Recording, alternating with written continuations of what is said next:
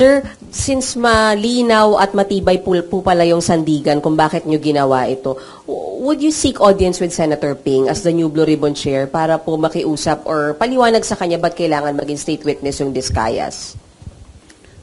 Alam ko po, alam niya ang tuntunin ng ating mga batas. Iyon po ay sinasaalang-alang ng batas.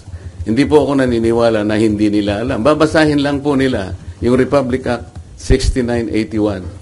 Nandun po yung mga provision, sino-sino ang pwedeng mag-apply, ang requirements po, sila po ba ay covered ng mga requirements, sila po ba ay pasok do sa mga requirements, alam po nila kung papasok o hindi.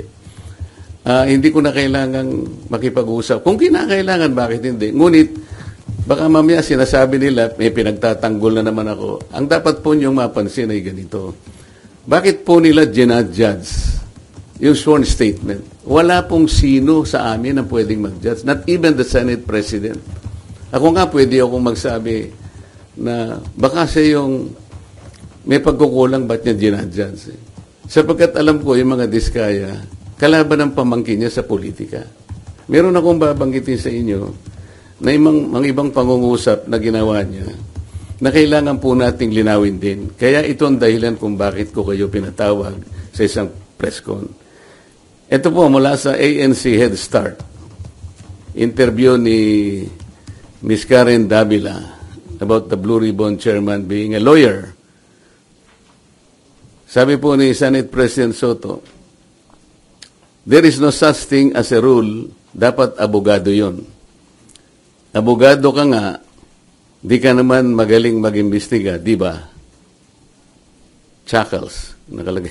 So useless. Unang-una po ako, wala akong in-insinuate na dapat ang chairman ay abogado. Ito lang ang in-insinuate noong isang babaeng hanggang ngayon hindi makamove on kung bakit ako nanalong senador. Alam na po ninyo yun. Pinipilit po ba nila sinabi ko ito? Hindi ko po sinabi ito. Pero sila nga po ang may pasaring rito eh. Abogado ka nga, hindi ka naman magaling mag-imbestiga, di ba? Saan po nila nakuha yun? Sino po ba yung magaling? Bakit tayo magkukumpara?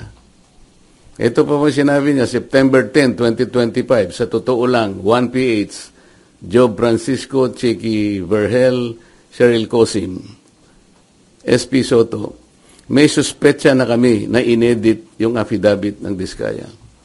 How can the Senate President say this? What is his basis for doing this?